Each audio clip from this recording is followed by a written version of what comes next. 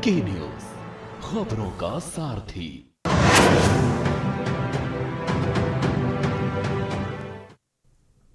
नमस्कार, मैं दुर्गेंद्र चौहान हूं और आप मंथन देख रहे हैं। जिस तरीके से प्रधानमंत्री नरेंद्र मोदी कांग्रेस मुक्त भारत के मंसूबे रखते हैं और लगातार कांग्रेस को हाशिए पर ढकेलने की रणनीति पर काम करते हैं, वैसे ही उत्तर प्रदेश के मुख्यमंत्री योगी आदित्यनाथ ने भी समाजवादियों की धरती मैनपुरी से सैफई परिवार मुक्त राजनीति का आज नारा दिया। योगी ने ललकारा कि ये लोहिया का समाजवाद नहीं है, सैफई परिवार का समाजवाद है। उन्होंने मैनपुरी की जनता से कहा कि ये चुनाव समाजवाद बनाम राम राज्य है। राम राज्य वो राम राज्य जहां सब एक समान हैं, सबका साथ, सबका विकास है, बिना चेहरा देखे, बिना जाति धर्म को देखे सब कुछ सुविधाएं मिलती हैं, वैसा राम राज। और ऐसा समाजवाद कि अपनी झोली भरो, अपना पेट भरो, परिवार का पेट भरो, ऐसे समाजवाद और राम राज में मुकाबला है। योगी रामपुर में भी गए और वहां पर समाजवादी पार्टी की बहुत ही वरिष्ठ नेता और अब विधायकी भी गंवा चुके आजम खां को राजनीति छोड़ने की सलाह दे दी। परोक्ष रूप से, प्रत्यक्ष रूप से तो ये नहीं कहा, लेकिन उन्होंने कहा कि अब वो उम्र हो गई है, अब वो स्वास्थ्य लाभ करें। योगी ने कहा कि ये बदजुबानी ही है जिसकी वजह से उनकी दुर्गति हो रही है। करारा हमला करते हुए मुख्यमंत्री ने कहा कि आजम खां लोगों को गुमराह कर रहे हैं, रामपुर की जनता को गुमराह कर रहे हैं, अपने आंसू बहाकर या यूं कहें भावनाएं भड़काकर। जबकि जो कुछ उन्होंने किया है वो सब कोर्ट के सामने है। सरकार और भारतीय जनता पार्टी उनकी इस गति के लिए कतई जिम्मेदार नहीं है। इस बीच आजम खां के खिलाफ एक और एफआईआर दर्ज हो गई है, रामपुर में है। इस एफआईआर के अपने अलग अलग मायने लगा जा रहे हैं। यूपी के रामपुर, खतौली और मैनपुरी उपचुनाव में मुख्यमंत्री योगी आदित्यनाथ ने 2024 की रणनीति का शंखनाद भी कर दिया। वो रणनीति समाजवाद बनाम राम राज्य होगी, ऐसा अभी लग रहा है। मंथन ने यही सवाल कि क्या चुनाव राम राज्य बनाम समाजवाद होगा।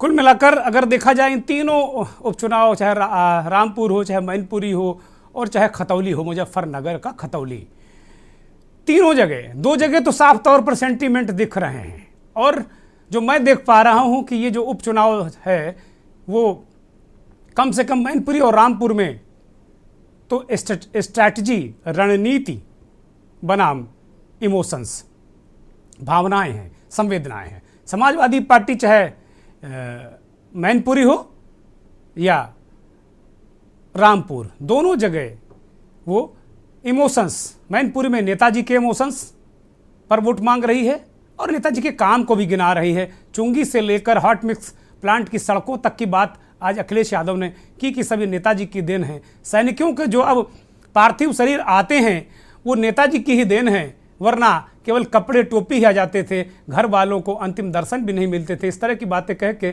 संवेदनाओं को कुरेदा है और नेताजी के काम की लंबी फहरिस्त अखिलेश यादव लगातार गिना रहे हैं, इन बातों को कह रहे हैं, हर रैली में कह रहे हैं। पूरा चुनाव नेताजी नेताजी नेताजी, और नेताजी इतने बड़े कद के नेता भी थे, क्यों ना ये बात की जाए। आजम खां आज मंच से रो दिए, लगातार वो अपने ऊपर हो रहे उत्पीड़न, रामपुर के जो उनके अपने लोगों के खिलाफ पुलिस की कार्रवाई, इन सब के लिए वो भारतीय जनता पार्टी और उत्तर प्रदेश की सरकार को दोषी ठहरा रहे हैं। एक तरीके से जो आजम के आज आंसू निकले हैं, ये दर्द आजम जो निकला है, क्या ये रामपुर की सीट आसिम रजा माफ़ कीजिएगा, जो आजम खां के बेहद खास आदमी हैं और उनके प्रत्याशी भी हैं, क्या वो जिता पाएंगे? दो जगह इमोशन का ज्वार दिखाई दे रहा है और खतौली में चौधरी परिवार के तीसरी पीढ़ी के नेता चौधरी जयंत जो आरएलडी के अध्यक्ष हैं, वो दिन रात एक किए हुए हैं, क्योंकि खतौली और मुजफ्फरनगर और पूरा इलाका वो चौधरी परिवार का गढ़ माना जाता रहा है। और चौधरी चरण सिंह, जयंत के बाबा चौधरी चरण सिंह भारत के प्रधानमंत्री, उत्तर प्रदेश के मुख्यमंत्री भी हुए। तो बहुत ही दिलचस्प चुनाव है। और वहाँ भी जयंत चौधरी, बड़े चौधरी, अपने पिता जयंत के नाम पर भी वोट मांग रहे हैं, चौधरी चरण सिंह के काम को गिना रहे हैं। लेकिन कहीं ना कहीं बहुत सारी दिक्कतें भी वहाँ आ रही हैं, क्योंकि बार बार भारतीय जनता पार्टी और अब योगी आदित्यनाथ वहाँ गए थे, मुख्यमंत्री उत्तर प्रदेश को, उन्होंने कहा कि भाई कबाल के बवाल के जिम्मेदार कौन लोग हैं। मुजफ्फरनगर दंगे के पुराने घाव को योगी ने कुरेदा और उसके नाम पर वोट मांगने की कोशिश की। पहले राउंड में योगी ने हिंदुत्व, कानून व्यवस्था, माफिया राज पर हमला किया, चाहे मैनपुरी हो चाहे रामपुर हो। और उसके बाद अब वो लगातार इस बात को कह रहे हैं कि भाई हम विकास कर देंगे, हम किस्मत बदल देंगे, तस्वीर बदल देंगे। और आज उन्होंने एक नया नारा दिया, समाजवाद वर्सेज राम राज्य। मुझे ऐसा लग रहा है कि 2024 में उत्तर प्रदेश में जो लोकसभा का चुनाव होगा वो समाजवाद वर्सेज राम राज्य होगा। और एक और उन्होंने कहा कि सैफई खानदान मुक्त होने की बात कही मतदाताओं से। ये कैंपेन पूरे उत्तर प्रदेश में भारतीय जनता पार्टी करने जा रही है, ऐसी जानकारियां हमारे पास हैं। कुल मिलाकर शिवपाल के लिए भी उन्होंने कहा कि जिसकी लाठी उसी की भैंस। शिवपाल को उन्होंने लठैत कहा और उन्होंने कहा कि रामपुर खिलौना नहीं बनेगा। कुल मिलाकर आजम पर वो बोले कि बदजुबानी दुर्गति कराती है। मुख्यमंत्री को सुनिए।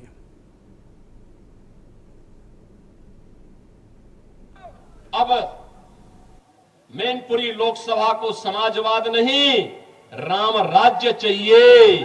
राम राज्य का मतलब जहां पर बिना भेदभाव के शासन की योजना का लाभ हर गरीब, हर नौजवान, हर किसान, हर महिला को, हर बहन बेटी को और समाज के प्रत्येक तबके को प्राप्त हो सके।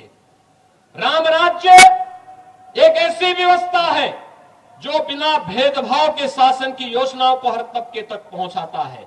यहां जाति के लिए नहीं, क्षेत्र, मत और मजहब के लिए नहीं, सबका साथ और सबके विकास के वास्तविक भाव के साथ जो कार्य कर सके वही राम राज्य का उदार और उदात्त भाव है। भाइयों बहनों, शिवपाल जी का जो समाजवाद है वह है जिसकी लाठी उसकी भैंस, यानी ये लठैत समाजवाद है इनका। प्रोफेसर राम गोपाल यादव का समाजवाद वह पूंजीवाद में बदल गया है।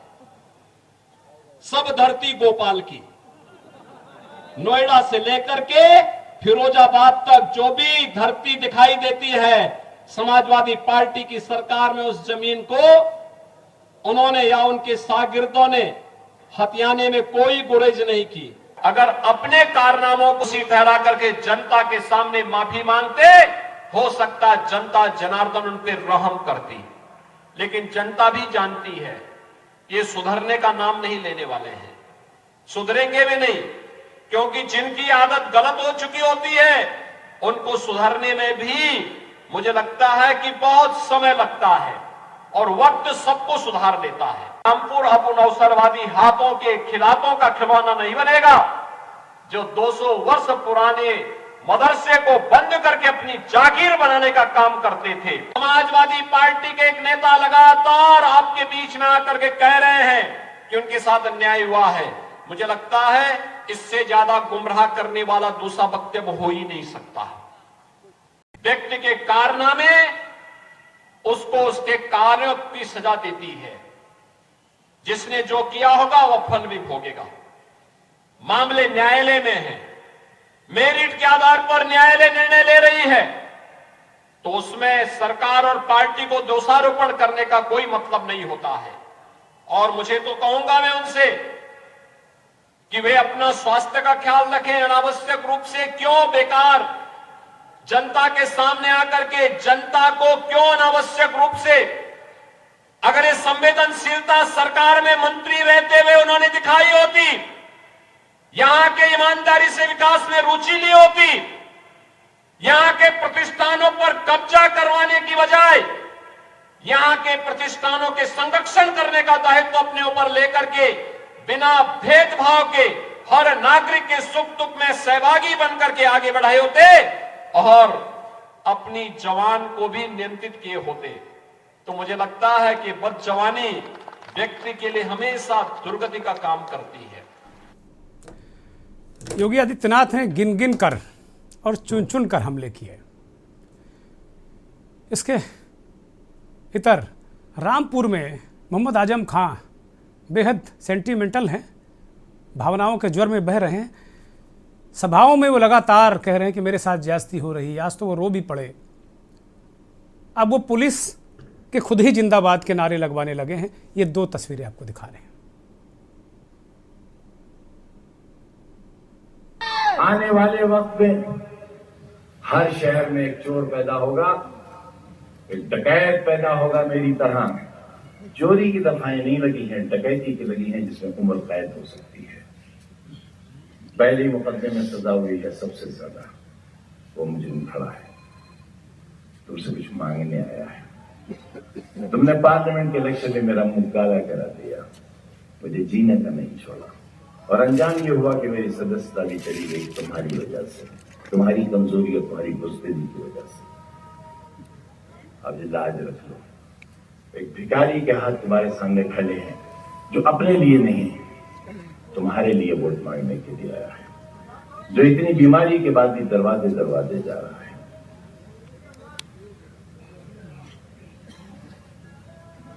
आजान भी तो ये कह रही है, ये कैसे आ रही है आवाज, ये कैसा लाउड, हमारी सभा खराब हो रही है इसकी वजह से। ये किसी इलाके का लाउड स्पीकर बज रहा है। एसपी साहब देखो, ये देखो आपके आदेश सुनाने जा रहे हैं, ये क्या हो रहा है? अरे ये आजान की आवाज कैसे आई? लगता है एसपी साहब का आदेश चलानी। कौन सा थाना है ये? अरे इंचार्ज साहब तबादला हो जाएगा, आवाज आ रही है, उतारवाओ इस स्पीकर को। अरे रामपुर वालों, तुम तो दुनिया के लिए दहशत बन गए। तुमने इतना डरा दिया राज्य सरकार को और देश की सरकार को कि सॉरी फॉल रामपुर में आ गई। अरे एसपी साहब जिंदाबाद, सीओ साहब जिंदाबाद, ये थानेगंज के इंस्पेक्टर साहब जिंदाबाद, ये कोतवाली वाले 2 महीने के बाद रिटायर होने वाले माशाल्लाह का एसपी साहब, सीओ साहब जिंदाबाद, पुलिस वालों जिंदाबाद, तुम्हारे डंडे जिंदाबाद। आपने देखा कि किस तरीके से आजम खां साहब अपने, उनका अंदाज ही अलग है, अंदाजे बयां भी अलग होता है, लेकिन इस समय वो पीड़ा में दिख रहे हैं और मुख्यमंत्री कह रहे हैं कि भाई ऐसे कर्म नहीं किए होते तो आज ये नौबत नहीं आती। अपने ही गढ़ में समाजवादी पार्टी मैनपुरी में पूरी ताकत झोंक रही है। अखिलेश यादव को चुनावी सभाओं में लगातार बार बार नेताजी के किए काम ही गिनाने पड़ रहे हैं, इसके अलावा कोई चारा भी नहीं है।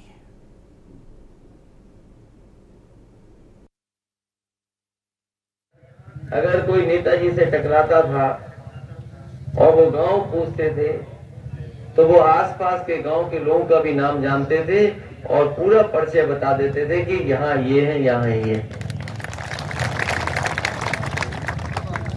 और बिल्कुल जमीनी नेता नेताजी रहे और जमीनी नेता थे, इसीलिए वो ऊंचाई तक पहुंच गए।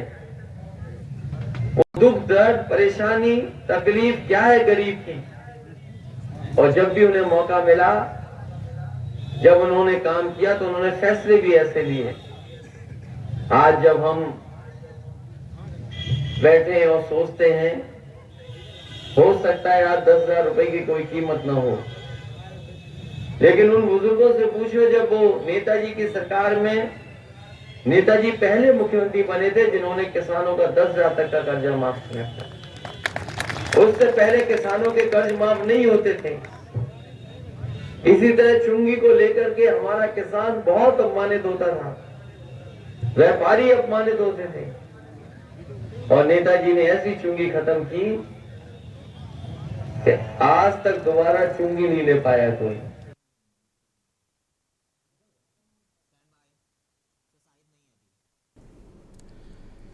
तो कुल मिलाकर बदजुबानी, राम राज्य वर्सेस समाजवाद, बहुत सारी, लेकिन बड़ा दिलचस्प है चुनाव। और मुझे लगता है कि जितना मीडिया कवरेज भी इस उपचुनाव को मिल रहा है, खतौली, रामपुर और मैनपुरी, मुझे नहीं लगता कोई पत्रकारों ने भी इस तरह के कोई चुनाव कवर किया होगा, उपचुनाव। मंथन में कुछ मेहमान हमारे साथ जुड़ गए हैं, मेहमानों का परिचय करा देते हैं। भारतीय जनता पार्टी के अल्पसंख्यक मोर्चे के जिला अध्यक्ष रामपुर से वसीम खान साहब हमारे साथ जुड़ गए हैं। वसीम साहब, बहुत स्वागत, बहुत अभिनंदन और बहुत आभार आपका, बहुत धन्यवाद। जेडम खान साहब समाजवादी पार्टी के वरिष्ठ नेता हैं, पूर्व IAS अधिकारी हैं, रामपुर से जुड़ गए हैं। खान साहब, आपका भी बहुत स्वागत। शाहिद मंजूर साहब थोड़ी देर में शायद हमारे साथ जुड़ेंगे, पूर्व मंत्री हैं। और हमारे पश्चिमी उत्तर प्रदेश के हेड आशीष यादव मुजफ्फरनगर से जुड़ गए हैं। आशीष जी, बहुत स्वागत है आपका। सबसे पहला सवाल आशीष यादव से ही कि आशीष जी, चाहे मैनपुरी से लेकर खतौली तक जो स्थितियां परिस्थितियां नज़र आ रही हैं, लगातार भारतीय जनता पार्टी, योगी आदित्यनाथ वहाँ खतौली में गए और उन्होंने कवाल का बवाल याद दिलाया। एक अलग तरीके का वो बन रहा है, लेकिन जो मैं देख पा रहा हूँ कि रणनीति बनाम सेंटीमेंट, चाहे वो खतौली हो, चाहे मैनपुरी हो, चाहे रामपुर हो, क्या ज़मीनी हकीकत है? दुर्गेश जी, मैं बता दूं, जहां तक कवाल का बवाल की बात चल रही है, जिस कवाल के आप अगर देखा जाए, पिछली पृष्ठभूमि को उठाया जाए, तो कवाल के जो बवाल हुआ उसको लेके ही यूपी में भाजपा की सरकार आई। और आज जी यह जो जिस कवाल को लेके बवाल हुआ था, आज उन्हीं के घर से चुनाव लड़ने के लिए उनकी माता जो है वो खड़ी हुई थी, लेकिन उसे मना लिया गया। और परसों जब यहाँ मुख्यमंत्री योगी आदित्यनाथ जी आए थे तो उनके समर्थन में वो बैठ गई। लेकिन देखा जाए तो यहाँ जो लोगों से हमने बात की, किसानों से बात की, मजदूरों से बात की, उन्होंने कहना है कि कवाल पे बवाल जरूर है और ये, लेकिन मजदूर की, किसान की, इसकी कोई बात नहीं होती। हम मानते हैं कि कानून व्यवस्था ठीक है, पहले से दुरुस्त है, लेकिन देखा जाए जो गन्ने के दाम की बात नहीं होती, MSP की बात नहीं होती, मजदूर की बात नहीं होती, नौकरी की बात नहीं होती, जो मुद्दे की बात है वो उसकी कोई बात नहीं। मुख्यमंत्री यहाँ आए, उन्होंने मुद्दे की कोई बात नहीं करी, एक खाली कवाल के बवाल को लेके और पलायन को लेके, चाहे वो कांदले का हो चाहे कैराना का हो, इन पलायन को लेके बात करी है, लेकिन इन और कोई मुद्दे में बात करनी। गन्ने के दाम को बढ़ाने के लिए कोई बात नहीं कही। यहाँ गन्ने का भुगतान कई 1200 करोड़ रुपए से ऊपर बकाया है, उनको लेके कोई बात नहीं हुई है। इन बातों को लेकर देखा जाए तो जो जनता आई थी उनमें काफी इस बात को लेकर चर्चा रही है। दुर्गेश जी, ठीक बात है। आशीष जी ने बड़ी महत्वपूर्ण बातें कही कि भाई जमीनी हकीकत पे लोग सुनना चाहते थे, लेकिन वो कवाल के बवाल पर खतौली की सभा निपट गई। और पूरा अगर आप उत्तर प्रदेश के जो तीनों उपचुनाव को देखें तो सत्ताधारी भारतीय जनता पार्टी की ब्रिगेड लगी हुई है, विधायकों, सांसदों, मंत्रियों और मुख्यमंत्री लगातार दो चक्र लगा चुके हैं कि दूसरा चक्र आज भी मुख्यमंत्री ने मैनपुरी और रामपुर में सभाएं की। इस बीच हमारे साथ राष्ट्रीय लोकदल के राष्ट्रीय सचिव डॉक्टर कुलदीप उज्ज्वल साहब खतौली से जुड़ गए हैं। उज्ज्वल साहब, बहुत स्वागत, बहुत धन्यवाद कि न्यूज़ को वक्त देने के लिए, और बहुत बहुत आभार आपका। नमस्कार। उज्ज्वल साहब के पास चलते हैं। उज्ज्वल साहब, जब योगी जी ने अभी जो खतौली में सभा की थी, वो कह रहे थे कि भाई समाजवादी पार्टी के लोग तो दंगा भड़काने वालों के साथ थे, बल्कि उन्होंने दंगा भड़कवाया। सचिन और गौरव का नाम भी उन्होंने लिया और कहा कि ये जो सचिन गौरव के साथ हुआ है उसकी वजह से बहुत सारा पलायन हुआ, तमाम सारी बातें की। और उन्होंने कहा कि भाई इसी वजह से समाजवादी पार्टी वहाँ चेहरा नहीं दिखा पा रही है, इसलिए अपना प्रत्याशी की बजाय चौधरी जयंत का प्रत्याशी वहाँ मैदान में उतरा है। लेकिन वो आपसे भी पूछ रहे थे कि भाई आप कहाँ थे जब अत्याचार हो रहा था हिंदुओं पर, तो आप कहाँ थे? क्या ये मुद्दे हैं, ये वहाँ बेसिक मुद्दे हैं? चुनाव का मुद्दा क्या है डॉक्टर कुलदीप उज्ज्वल? ऐसा है महोदय, आप मुझे सुन पा रहे हैं? हाँ, दर्शक सुन रहे हैं आपको, बोलिए। भारतीय जनता पार्टी और भारतीय जनता पार्टी की सरकार दंगों की बात करती है, पलायन की बात करती है, हिंदू मुसलमान की बात करती है, लेकिन वो ना कभी गन्ने की बात करती है, ना किसान की बात करती है, ना मजदूर की बात करती है, ना रोजगार की बात करती है, और ना ही जो है वो कभी शिक्षा और चिकित्सा की बात करती है। कब तक इन बातों से लोगों को बहकाते रहोगे? आज बेरोजगार सड़कों पे घूम रहा है। किसानों की हालत ये है कि वर्तमान सरकार ने और प्रधानमंत्री जी ने 14 दिन में गन्ने का पेमेंट देने की बात कही थी, उस पे कोई अमल नहीं हुआ। साल साल भर पूरा हो जाता है, गन्ने का पेमेंट नहीं होता। फैक्ट्री को चलते हुए इतना वक्त हो गया और आज 2 दिसंबर है, आज तक गन्ने का भाव तय नहीं हुआ इस साल का। इस पे कोई बात नहीं हुई।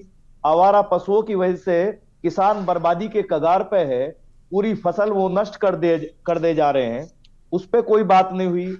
अग्निवीर योजना इन्होंने किस बच्चों पर, नौजवानों पर लाद दी और बच्चे उसको लेकर के आत्महत्या पे उतारू हैं। बेरोजगारी का आलम है बहुत बुरी तरीके से, उस पर कोई बात नहीं हुई। जिन चीजों के लिए सरकारें बनाई जाती हैं, संविधान में सरकार बनाने का प्रावधान, जिन मुद्दों को लेकर के हल करने के लिए सरकार बनाई जाती है, उन पे कभी बात नहीं होती।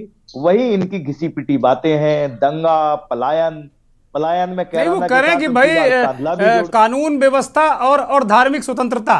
उन्होंने कहा कि भाई जो त्योहार आप लोगों की सरकार नहीं होने देती थी, समाजवादी पार्टी और एलडी की गठबंधन वाली सरकारें जो नहीं होने देती थी, कांवड़ यात्रा उन्होंने निकाली, लोगों को आने जाने में, कानून व्यवस्था में कोई दिक्कत नहीं आ रही, क्राइम कम हो गया है, जो लोग मुजफ्फरनगर से पलायन कर गए थे वो वापस आ गए हैं। वो कह रहे भाई इससे ज़्यादा और क्या करना है? बहुत सारी इसी में लोग संतुष्ट हैं, उन्हें जिता रहे हैं। कुलदीप उज्ज्वल, झूठ और जुमलेबाजी है। कावड़ यात्रा पहले से चलती आई है, यहाँ कानून व्यवस्था पहले से दुरुस्त रही है। आज कानून व्यवस्था की हालत बहुत ही नाजुक है। आप आंकड़े उठा करके देखिए, कानून व्यवस्था रोजाना गिरती जा रही है। इसके अलावा जो मूलभूत मुद्दे हैं यहाँ के, देखो, किसान संपन्न नहीं होगा तो किसान के साथ साथ मजदूर भी संपन्न नहीं होगा। किसान का और मजदूर का चोली दामन का साथ है। आप किसान को बर्बादी के कगार पे ले जा रहे हो लगातार, चूंकि यहाँ गन्ना बेल्ट है, यहाँ की पूरी व्यवस्था गन्ने पे टिकी हुई है। उसका एक नया पैसा इस साल आपने गन्ने का नहीं बढ़ाया। पता नहीं आप कुलदीप साहब, कुलदीप उज्ज्वल जी, पता नहीं कौन से आंकड़े आप दे रहे हैं। मुख्यमंत्री और भाजपा के लोग तो कह रहे हैं कि भाई सब बिल्कुल हरा हरा मामला है, पूरा हरित प्रदेश में सब हरा हरा है, सब कुछ दुरुस्त है, वहां पर सबका भुगतान हो गया, सब सुख चैन से रह रहे हैं। के चैनल के माध्यम से पूछना चाहता हूं कि इस साल गन्ने का भाव क्यों घोषित नहीं हुआ? किसानों को नहीं पता है कि इस साल गन्ने का भाव क्या रहेगा। उनको जो गन्ना डाल करके जो पर्ची मिल रही है, उस पे एक नया पैसा पर्ची पे नहीं डल रहा है। ठीक है, इसके अलावा ये कुलदीप जी बिल्कुल अलग मुद्दा है, इस पे तो हम लोग और चर्चा करेंगे जल्दी ही। ये बहुत बड़ी बात आप बता रहे हैं, लेकिन मेरा 10 सेकंड में जवाब चाहता हूं कि जो खतौली का उपचुनाव है वो क्या गन्ने के मुद्दे पर, ये जो जमीनी मुद्दे, इन पर लड़ा जा रहा है क्या? पूर्ण रूप से खतौली की जनता वो त्रस्त है, चूंकि यहाँ सब लोग गन्ना किसान हैं, और जो गन्ना किसान के साथ साथ यहाँ कामगार हैं, मजदूर हैं, वो भी खेतीहर मजदूर हैं, वो भी गन्ना किसानों पर निर्भर हैं। गन्ना किसान के यहाँ वो काम करते हैं, पशु पालते हैं, पशुपालन से दूध आदि बेच करके वो अपने परिवार का पालन पोषण करते हैं। तो यहाँ का किसान और मजदूर पूर्ण रूप से गन्ने की फसल पर निर्भर है, जिसको जी ठीक बात है। वसीम खान साहब भारतीय जनता पार्टी अल्पसंख्यक मोर्चा के नेता है, रामपुर से हमारे साथ जुड़े हैं। वसीम साहब, आजम खान साहब को क्यों लगातार टारगेट कर रही है वहाँ का प्रशासन, पुलिस, सरकार? आपकी लगातार वो मंचों पे रो रहे हैं, इतना वरिष्ठ नेता। अरे भाई थोड़ा तो कम से कम लिहाज करना चाहिए ना आप लोगों को। देखिए, सबसे बड़ी बात तो ये है, मेरी आवाज सुन रहे हैं सर? दर्शक सुन रहे हैं आपको, बिल्कुल निर्बाध रूप से बोलिए। देखिए, सबसे बड़ी बात तो ये है, ना तो कोई भी यहाँ कोई ऐसा कुछ हो रहा है। देखिए, प्रशासन अपनी जगह काम कर रहा है, चुनाव तो कराएगा ना प्रशासन। अब आपको ये तो ढील तो छोड़ नहीं देगा, जाली वोट तो डालने नहीं देगा आपको, तो उसमें क्या दिक्कत है भाई? आपका कैंडिडेट भी लड़ रहा है, भारतीय जनता पार्टी का कैंडिडेट भी, हमारा कैंडिडेट भी लड़ रहा है, उसमें क्या दिक्कत है जब आपको लग रहा है कि हमारी हार? अरे भाई, आप वो कह रहे हैं कि आप एडमिनिस्ट्रेशन का दुरुपयोग करते हैं, उनके लोगों को वोट नहीं डालने देते, लाठी चला रहे हैं, मुकदमे लिख रहे हैं। कौन आजम साहब के साथ खड़ा होगा? देखिए, आप मुझे बताइए, भारतीय जनता पार्टी में जब से भारतीय जनता पार्टी आई है, प्रशासन बिल्कुल, जो हमारी बच्चियां निकलती थी, डरती थी रात को 8 बजे निकलने, आज वो 10 बजे निकलती हैं सुकून से साथ में। इससे ज्यादा क्या चाहिए? और कोई भी जाली वोट डालता था उसको प्रशासन रोक रहा है। आज वो उससे आईडी मांगता है, उसके कहने वो आईडी नहीं होती है तो उसको वोट डालने देगा क्या? आप मुझे बताइए। तो ये चीजें दिक्कत क्यों आ रही हैं? उनको क्या दिक्कत है?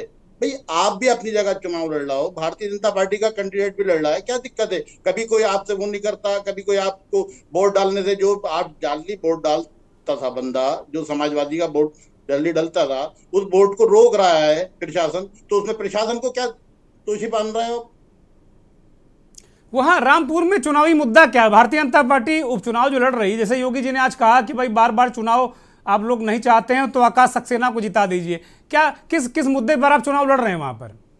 देखिए, भारतीय जनता पार्टी उपचुनाव जो लड़ रही है, भारतीय जनता पार्टी ने 18,000 आवाज बनवाए, जिसमें 15,000 आवाज वो मुस्लिम समाज के थे। आज हर गली या एरिया में निकल जाओ तो आपको तख्ती मिलेगी आवाज में, माननीय प्रधानमंत्री जी की, माननीय मुख्यमंत्री जी की, राशन को लेके हर समाज के लिए राशन की व्यवस्था। ये बातें तो आपकी चुनावी सभा से कोई नेता कर नहीं रहा, वो तो बस आजम खान टारगेट है और सुरक्षा है और इसी बात पे है, कोई ये तो कह नहीं रहा भाई। नहीं, भारतीय जनता पार्टी का कौन सा नेता आपको टारगेट कर रहा है आजम खान? आप मुझे बताइए। मुख्यमंत्री टारगेट कर रहे हैं? पार्टी का कोई नेता टारगेट नहीं कर रहा है ना, वो खुद टारगेट कर रहे हैं। कुलदीप उज्ज्वल साहब, कुल मिलाकर अगर देखा जाए तो रामपुर में भी ये कह रहे हैं कि वहाँ पर कोई टारगेट नहीं कर रहा, आजम खां खुद टारगेट हो रहे हैं। इस सवाल का जवाब लेंगे, एक ब्रेक का इशारा हो रहा है, एक ब्रेक लेते हैं और ब्रेक के बाद आएंगे तो बात मैनपुरी की भी करेंगे, जहाँ योगी आदित्यनाथ ने आज कहा कि चाचा लठायत हैं और समाजवाद वर्सेस राम राज्य, अब चुनाव हो रहा है।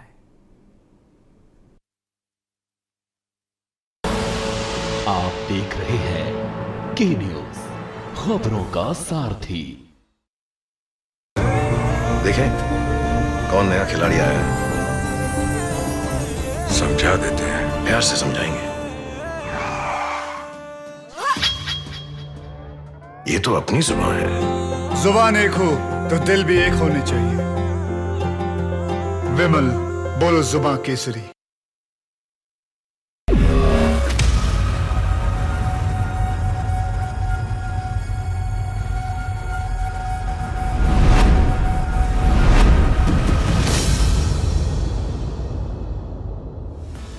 आइए नए उत्तर प्रदेश की क्षमता और असीमित अवसरों से सफलता की नई कहानी लिखें। यूपी ग्लोबल इन्वेस्टर्स समिट 10 से 12 फरवरी 2023। नए भारत के ग्रोथ इंजन उत्तर प्रदेश में निवेश करें।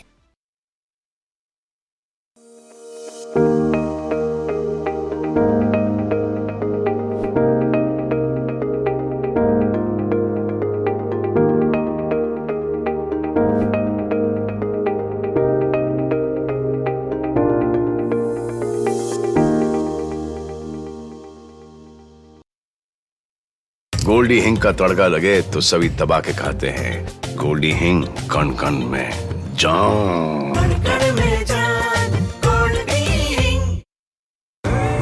देखें कौन नया खिलाड़ी आया है, समझा देते हैं, प्यार से समझाएंगे। ये तो अपनी जुबान है। जुबान एक हो तो दिल भी एक होने चाहिए। विमल, बोलो जुबान केसरी।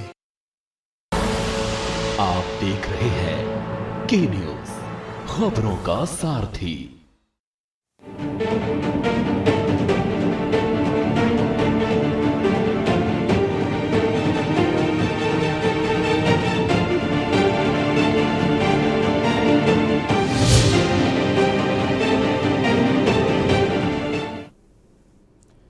मैनपुरी में मुख्यमंत्री योगी आदित्यनाथ ने कहा कि भाई मैनपुरी वालों, सैफई खानदान से मुक्ति पालो।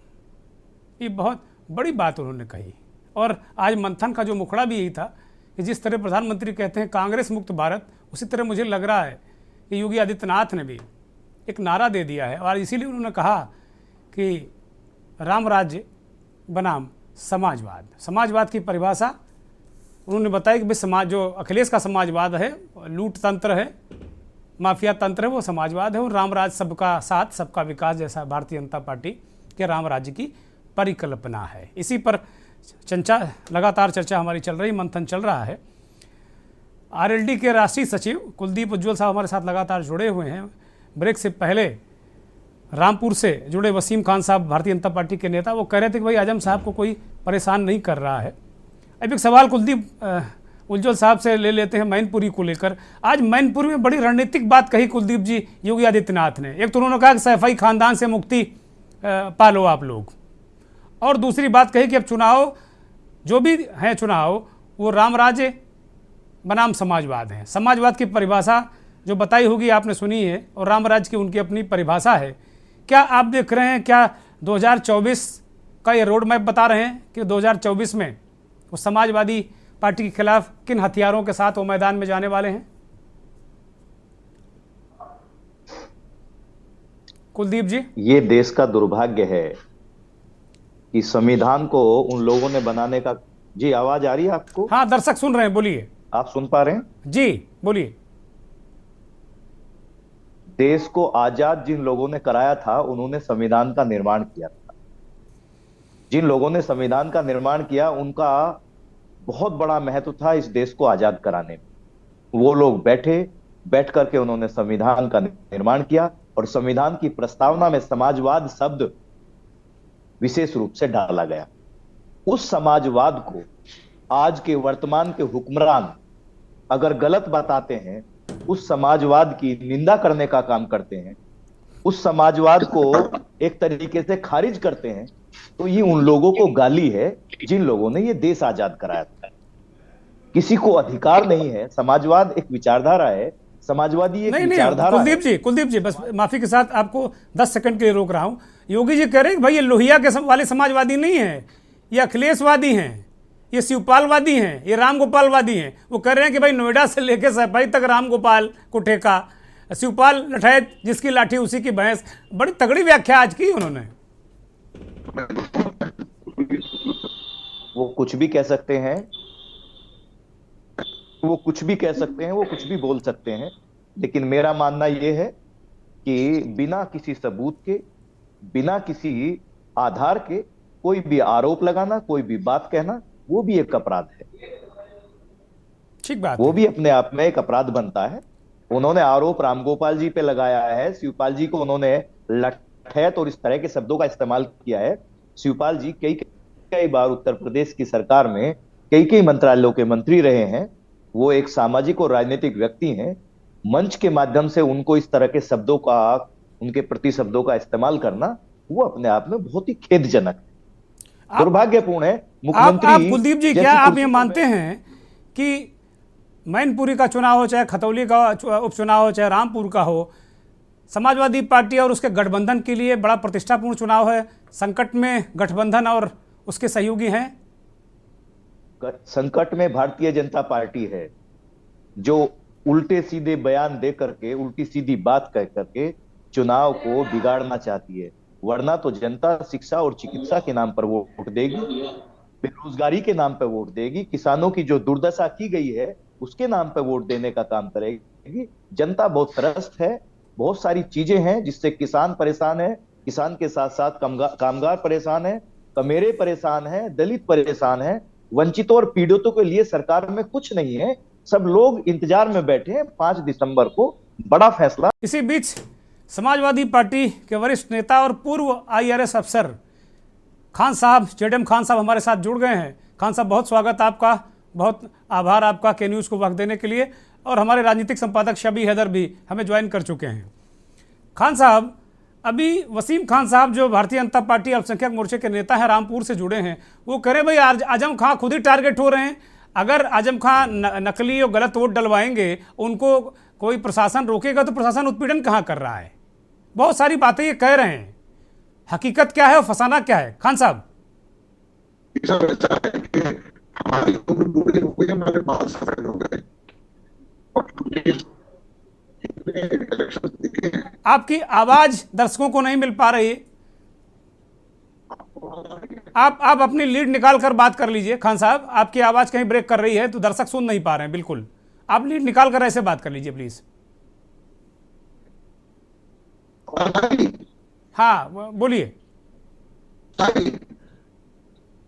नहीं, मुझे लगता है कोई व्यवधान है। शबी हैदर को ले लेते हैं। शबी हैदर, कुल मिलाकर अगर देखा जाए तो ये उपचुनाव आज योगी आदित्यनाथ ने मैनपुरी में, जो समाजवादियों की धरती है, वो चाहे रामपुर हो चाहे खतौली हो, जो उसकी जो स्ट्रांग होल्ड है, जो जड़े तो मैनपुरी और इटावा ही हैं, और वहीं से संकेत और संदेश जाता है। उस समाजवादियों की धरती में आज योगी आदित्यनाथ ने गिन गिन कर हमले किए, चुन चुन कर हमले किए और कहा कि भाई ये चुनाव समाजवाद बनाम राम राज्य है। मैं जहां तक देख पा रहा हूं ये 2024 में कुछ इसी तरीके का होने जा रहा है। समाजवादी पार्टी और भारतीय जनता पार्टी का जो मुकाबला उत्तर प्रदेश में होने जा रहा है, और भी पार्टियां लड़ेंगी, लेकिन मुझे लगता है मुख्य विपक्षी दल जो है वो समाजवादी पार्टी के खिलाफ भारतीय जनता पार्टी जो रणनीति है उसका कुछ अंश का खुलासा आज मैनपुरी में योगी आदित्यनाथ ने किया है, और वो कह रहे हैं कि सैफई परिवार से मुक्त हो जाओ। इसके क्या राजनीतिक मायने हो सकते हैं शबी हैदर?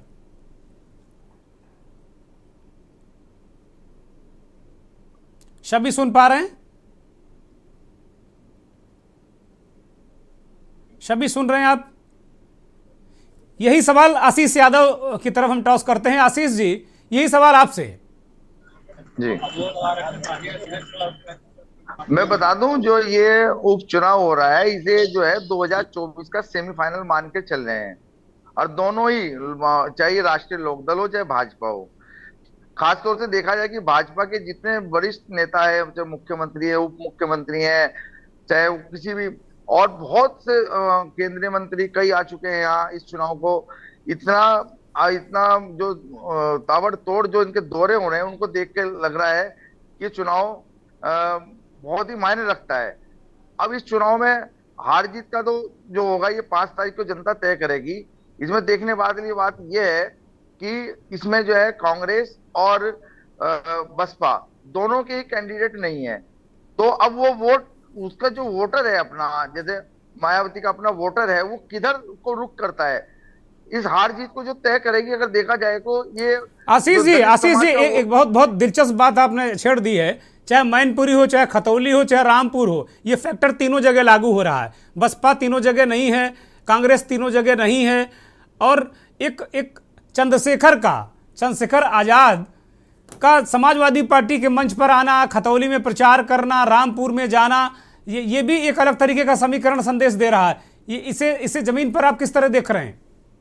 मैं बता दूं आपको, जिस तरह की दलित समाज बिल्कुल अभी तक सोया हुआ था, लेकिन जिस दिन अब से 4 दिन पूर्व चंद्रशेखर की एंट्री होती है यहाँ और खतौली में, और आज से वो 5 तारीख तक यहीं रहेंगे खतौली विधानसभा में।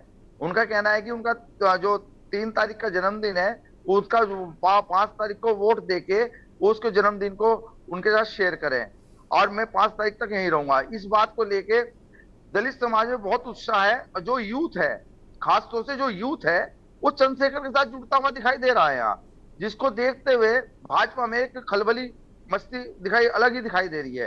क्योंकि मुस्लिम प्लस गुज्जर प्लस दलित अगर ये एक तरफ हो जाए, और यहाँ देखा जाए तो जैसे कि श्रीकांत त्यागी जो कांड हुआ था, उसको लेकर त्यागियों में बड़ा रोष है। यहाँ श्रीकांत त्यागी खुद आए, उन्होंने भाजपा के खिलाफ काफी वो करा, कन्विंसिंग करी। और उसके अलावा जो ब्राह्मण समाज है, उन्होंने अभी 2 दिन पूर्व जो है एक बहुत बड़ी उनकी बैठक हुई, उसमें देखा गया कि जो यहाँ के जो प्रत्याशी है, जिन्हें कोर्ट ने अवैध घोषित करके जिसके लिए उपचुनाव हो रहा है, उन्होंने किसी भी बिरादरी को, किसी भी उसको ये नहीं छोड़ा कि उस पर कीचड़ ना उछाला हो। खास तौर से यहाँ जो वोटरों का जो रुख है, वो उनकी जो पत्नी को जो टिकट मिला है, विक्रम सैनी के हैं विधायक जो जिनके लिए उपचुनाव हो रहा है, जिनके अयोग्य घोषित किया गया कोर्ट द्वारा, उनके खिलाफ बहुत हैं, क्योंकि उन्होंने किसी भी समाज को दुत्कारने का हमेशा काम किया है। तो उसको देखते हुए ये उपचुनाव बड़ा मायने रखता है भाजपा का। आशीष जी, मदन भैया को भी कहा जा रहा बाहरी हैं, और मदन भैया भी बहुत लंबा चौड़ा उनका भी इतिहास रहा है। बात सही है, मदन भैया को लेकिन उनकी यहाँ देखा जाए तो खतौली विधानसभा में काफी रिश्तेदारी है, अपना काफी आना जाना पहले से है, तो उसके लिए उनका प्रभाव जो बाहरी कहा जा रहा था वो इतना प्रभावित नहीं हो रहा है। मदन भैया का उन्होंने कभी एक अपना वो कहा कि मदन भैया पहले खेकड़े के भैया थे, अब खतौली के भैया होंगे। इस बात को लेके खतौली में काफी जो बाहरी जो था उसको तो खैर अभी आप बाहरी का कह नहीं सकते, क्योंकि जिस तरह चुनाव लड़ा जा रहा है और गुज्जर समाज जिस तरह खुल के समर्थन में आया है। ठीक बात है, ठीक बात है। शबी हैदर, आप सुन पा रहे हैं? शबी हैदर, आप मुझे सुन पा रहे हैं? खान साहब, मेरी आवाज आप तक पहुंच रही? जडम खान साहब? नहीं, मैं नहीं सुन पा रहा हूं। आप कोई बात नहीं। वसीम खान साहब के पास चलते हैं। वसीम खान साहब, अभी आरएलडी के राष्ट्रीय सचिव डॉक्टर कुलदीप उज्ज्वल साहब कह रहे थे कि भाई गन्ने का मूल्य तय नहीं हुआ, पर्चियों में कुछ लिखकर नहीं आ रहा, पुराना भुगतान बाकी। आप लोग चुनावी सभा में इन बातों का कोई जवाब नहीं देते। आप लोग केवल कबाल की बात करते हैं, यहाँ आजम खां को टारगेट करते हैं, वहाँ शिवपाल और रामगोपाल को टारगेट करते हैं मैनपुरी में। वसीम खान साहब, मूलभूत मुद्दों का जवाब दीजिए ना। जवाबदेही तो सरकार की है, आप लोग क्यों नहीं देते? देखिए, आज हम हर मुद्दे का जवाब दे रहे हैं। आज मुझे बताइए, किसान सुकून से की सांस ले रहा है। वो तो विपक्ष हर बार में कोई ना कोई उंगली उठाना ही है उसको भारतीय जनता पार्टी के ऊपर। क्यों? क्योंकि वो भारतीय जनता पार्टी की खूबियां नहीं बताएगा, कमियां जरूर बताएगा कि ये नहीं हुआ। जैसे यहाँ माननीय अभी आपने बताया आजम खान साहब थे, उन्होंने अपना दौर नहीं देखा, उन्होंने लोगों के संग क्या किया, क्या नहीं किया। लोगों के घर तोड़े गए, लोगों की बातें वो हुई। ऐसी तरह से विपक्ष हमेशा उंगली उठाता है। किसान के लिए सारा काम हो रहा है। आज गन्ने का रेट तय हो चुका है, सारी चीजें हो गई, गेहूं का रेट भी हो गया, धान का रेट भी हो गया। कोई किसी तरह से कोई भी परेशानी, सबका साथ, सबका विकास, सबका विश्वास पे हमारी सरकार काम कर रही है। हमें कोई दिक्कत, कोई परेशानी नहीं है, लेकिन विपक्ष हमारे ऊपर जरूर उंगली उठाना है। उज्ज्वल साहब, वसीम खान साहब तो कह रहे हैं कि बिल्कुल रामराज आ चुका है पूरी तरीके से। जो योगी जी का राम राज्य की परिभाषा जो उन्होंने बताई उसके मुताबिक तो खतौली में भी आ चुका, मैनपुरी में भी आ चुका, पूरे प्रदेश में है राम राज्य। उज्ज्वल साहब जी, सवाल सुन पाए हैं आप? वसीम खान साहब भारतीय जनता पार्टी के नेता रामपुर से जुड़े, वो कह रहे हैं कि भाई विपक्ष झूठे आरोप लगा रहा है। किसान चैन से है, नौजवान चैन से है, खेतीहर चैन से है, सबको उसका किसानों को वाजिब मूल्य मिल रहा है, सम्मान राशि जा रही है। कहाँ है राम राज्य? आ गया? मैं आपके चैनल के माध्यम से वसीम खान साहब से पूछना चाहता हूं कि खतौली में वो हिंदू,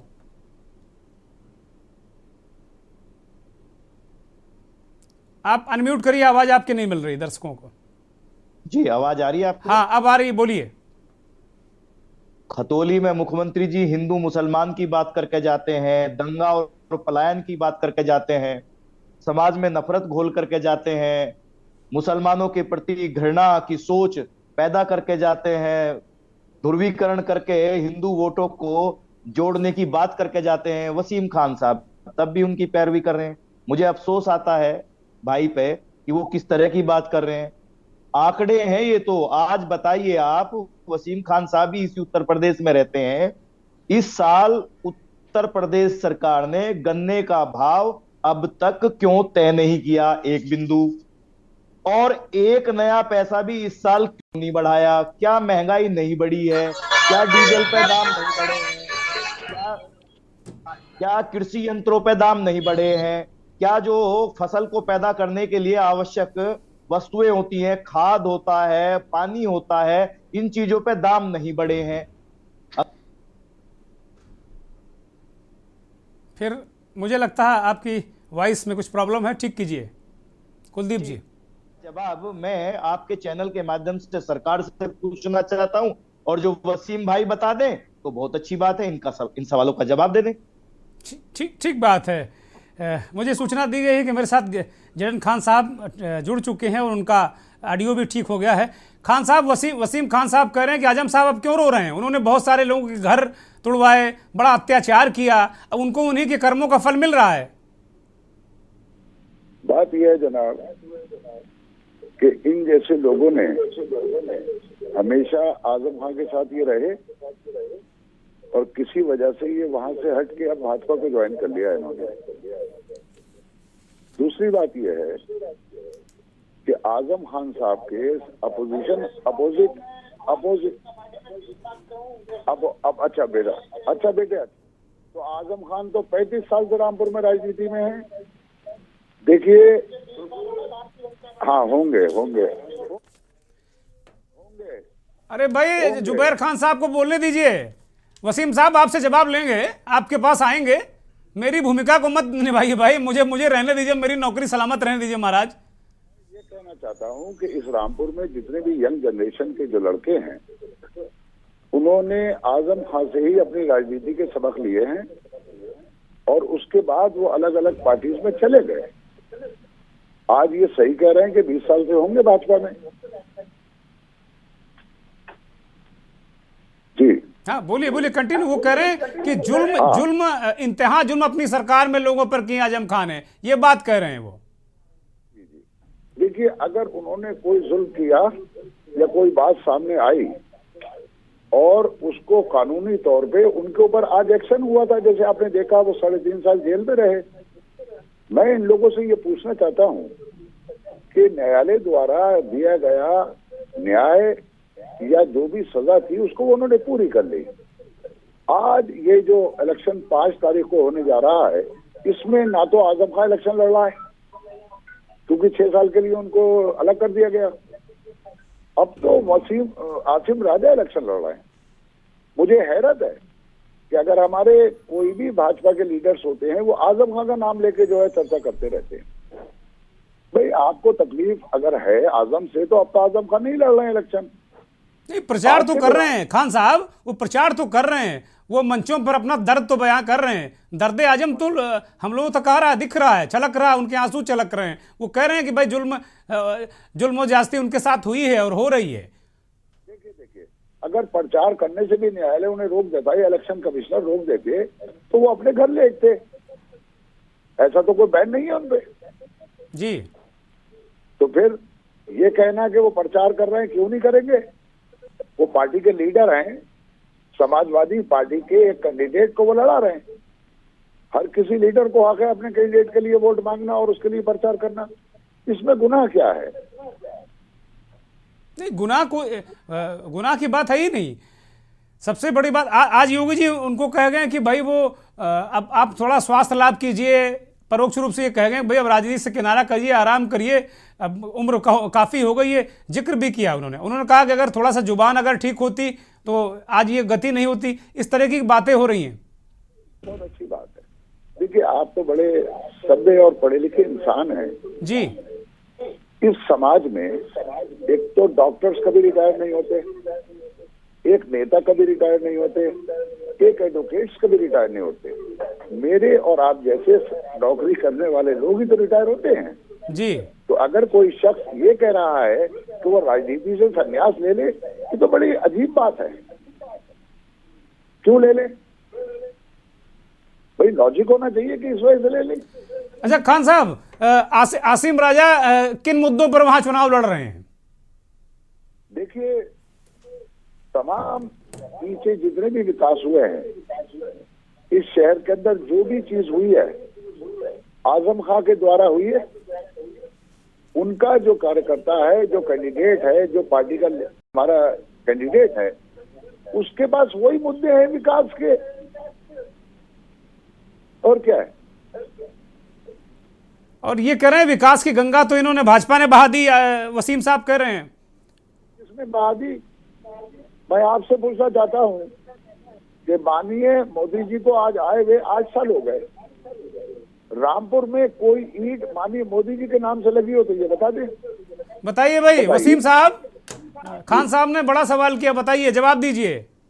सबसे पहले तो खान साहब ये गली में अपने एरिया में जाके देखें तो माननीय प्रधानमंत्री जी की तख्ती लगी होगी आवास पे, और माननीय योगी जी की तख्ती लगेगी। थोड़ा से अपने कुछ मकान छोड़ के आगे अंदर जाके देखेंगे तो पता चल जाएगा कि मोदी जी के नाम की तख्ती लगी है या योगी जी के नाम की लगी है। और पहले मैं आपको बताना चाहता हूं कि मैं भारतीय जनता पार्टी में पुराना हूं, पहले का हूं। 20 साल हो गए मुझे भारतीय जनता पार्टी की राजनीति करते हुए। और दूसरी बात, जो आ रहे हैं वो भारतीय जनता पार्टी की नीतियां को देख के भारतीय जनता पार्टी में आ रहे हैं। कोई किसी तरह का दबाव या कोई किसी तरह का नहीं है, प्रेशर नहीं है उनके ऊपर, वो अपनी मर्जी से आ रहे हैं। क्योंकि आज का जो रामपुर का चुनाव है वो बदलाव की तरफ चल रहा है और बदलाव होगा। ठीक बात है, ठीक बात है। अब चूंकि मंथन अंतिम दौर में है तो अंतिम टिप्पणी कुलदीप जी की, फिर आशीष जी के पास जाएंगे। कुलदीप, उज्जवल, इन तीनों उपचुनावों को आप किस ओर देख रहे हैं? समाजवादी पार्टी आरएलडी के अस्तित्व के रूप में देख रहे हैं? भारतीय जनता पार्टी को किस नजरिए से देख रहे हैं? उपचुनाव ये क्या संकेत और संदेश लेकर आए हैं, या नॉर्मल ऐसे ही जो उपचुनाव होते हैं उस तरह के उपचुनाव हैं? कुलदीप, उज्जवल।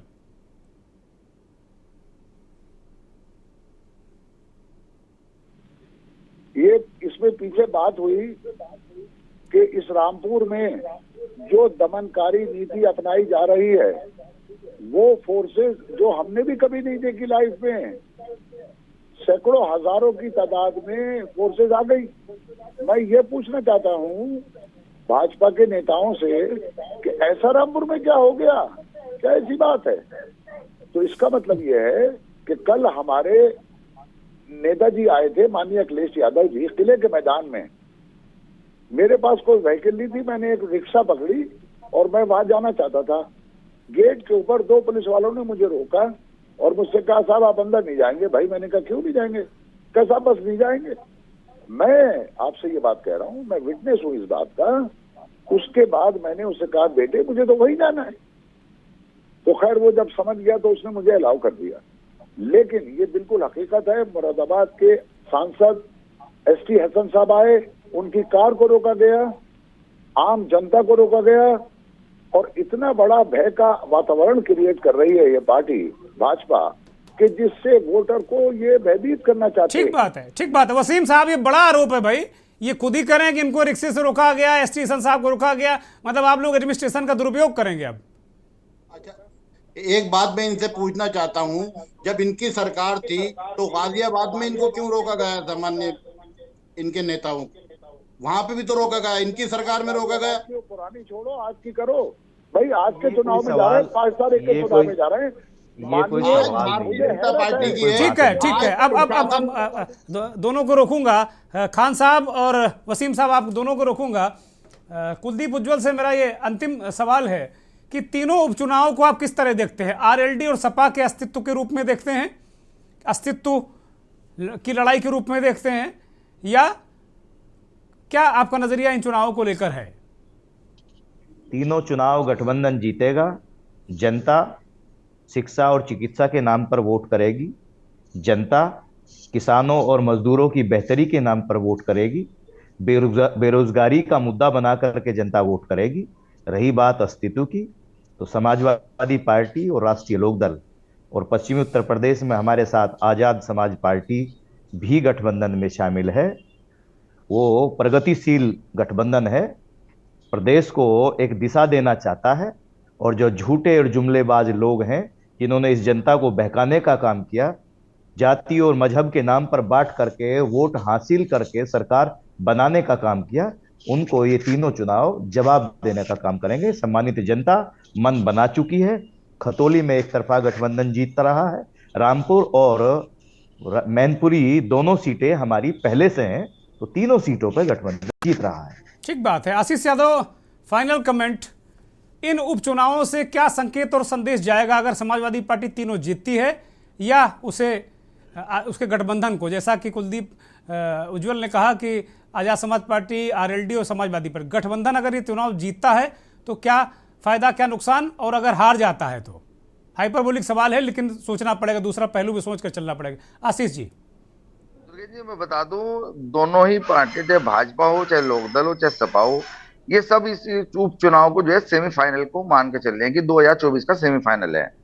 अब देखना ये है कि जैसे कि आप मुजफ्फरनगर लोकसभा क्षेत्र में आप जाएंगे तो 4 विधानसभाएं आती हैं, सरदना, बुढ़ाना, मुजफ्फरनगर और खतौली, जिसमें 2 आप बुढ़ाना और सरदना जो है लोकदल सपा गठबंधन ने जीती थी, और खतौली और मुजफ्फरनगर की सीट इनके भाजपा की इस्तेमाल आई थी। अब इसको लेकर इस सीट पे कसमकस ये है कि अगर इस सीट को लोकदल जीतती है तो 2024 लोकसभा का चुनाव वो ये मान के चलती है कि ये सीट उनकी हो सकती है। उसको लेके 2024 का जो सेमीफाइनल दोनों ही पार्टियां मान के चल रही है। अब उसके ऊपर ये जो चंद्रशेखर जी आए हैं बीच में 4-5 दिन पहले उनकी एंट्री होती है वो इसमें लोकसभा विधानसभा क्षेत्र में, उसको देके जो है लोकदल जो है बहुत उत्साहित है कि जो है यहाँ मायावती की कोई कैंडिडेट नहीं है और कांग्रेस की कोई कैंडिडेट नहीं है, जैसे कि दलित वोट उनकी तरफ आकर्षित हो सकता है चंद्रशेखर की वजह। अगर चंद्रशेखर की वजह से दलित वोट इफेक्टिव होता है तो वास्तव में ये भाजपा को एक झटका लग सकता है, नहीं तो भाजपा यहाँ बहुत मजबूत है। और दोनों ही पार्टियां देखी जाए तो बराबर बराबर में दलित वोट जो है इनकी हार और जीत को तय करेगा।